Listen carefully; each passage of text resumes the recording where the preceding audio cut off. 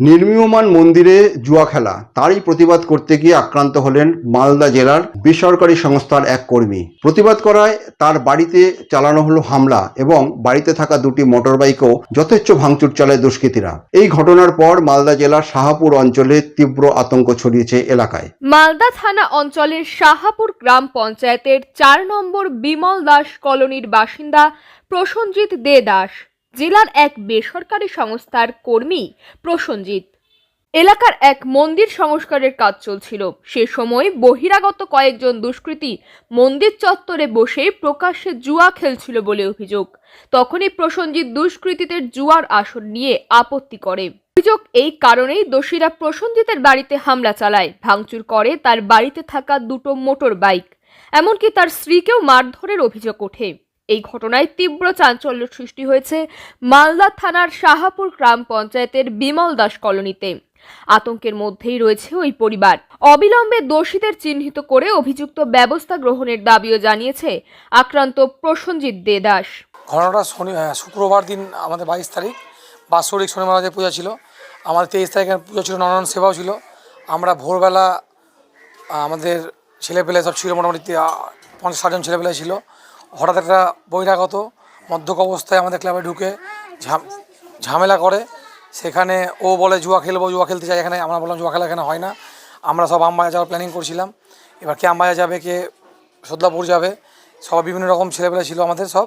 ওর মধ্যে মদ্যপ অবস্থায় ও সব কাজে বাধা দেয়, ঝামেলা করে। ওকে আমি পার্সোনাল প্রোটেস্ট করি। পার্সোনাল প্রোটেস্ট করার পর আমাদের ক্লাবের সদস্য কিছু আমাদের পাশে আসে দাঁড়ায়। তারপর ওরা ওখান থেকে চলে যায়। তা এটা 23 তারিখ ভোরবেলা, ওটা রাত্রেবেলা এটা হয়ে যায়। সমাজবিরোধী অনেক কাজ করে এখানে, বাড়ি দখল করে না, জবরদস্তি এগুলো কাজ আমি এটাকেও বাধা দিয়েছি, সব সমাজবিরোধী সব এগুলো। এই আক্রোশটা আমার থেকে যায়। হঠাৎ 10 দিন পর কালকে আমার বাড়িতে হামলা করে। পার্সোনাল আমার সঙ্গে কোনো ঝামেলা না, পুরোপুরি ক্লাবের ব্যাপার। প্রোটেস্টটা করেছি, এটা আমার রাগ। আমি কালকে ছিলাম, কালকে গেট ফেট ভেঙে বাইক ভেঙেছে, দুটো বাইক ভেঙেছে। আমার বুলেট ছিল, বুলেটটা ভেঙেছে। বাইকের ট্যাঙ্কি ভেঙে সব ভেঙে দিয়েছে আমার। লাস্টে আমি ছাড়ে ওদের 8-10 জন থেকে আমি ভেঙে যাই উপরে। পরে আমি উপর থেকে ক্যামেরা করি। লাস্টে আমার বউকে হাত ধরে টানে, বউকে মারধর করে, গলা চেপে ধরে, ধাক্কা দিয়ে মাকে ফেলে।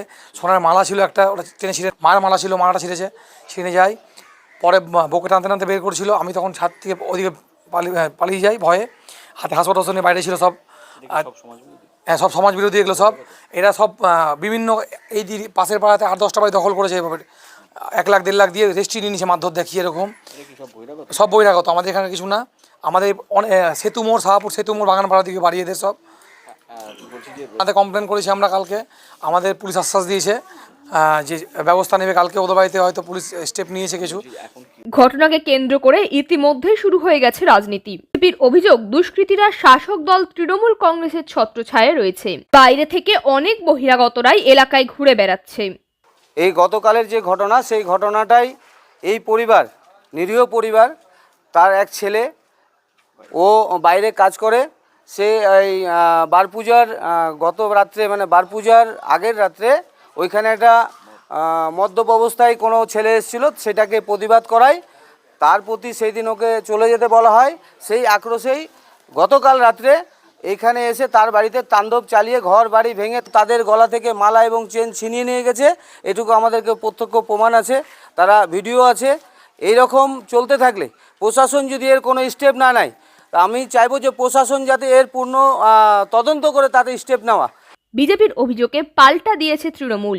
শাহাপুর গ্রাম পঞ্চায়েত বিজেপির দখলে, ফলে বিজেপিরাই ওই বেসরকারি সংস্থার কর্মীর বাড়িতে হামলা করেছে বলে দাবি তৃণমূলের।